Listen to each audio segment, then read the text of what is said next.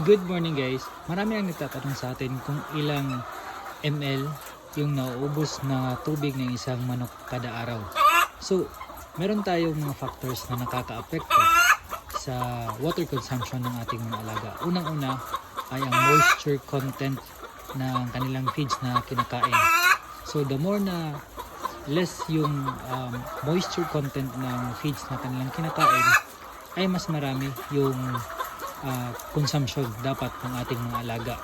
Ikalawa ay if ang ating mga manok ay laying or non-laying. Ibig sabihin, kapag laying or nangingitlog ang mga manok na pinapalaki natin o inaalagaan natin, ay mas marami ang water consumption nila kumpara sa manok na non-laying o yung mga manok na hindi nangingitlog. So, ang manok na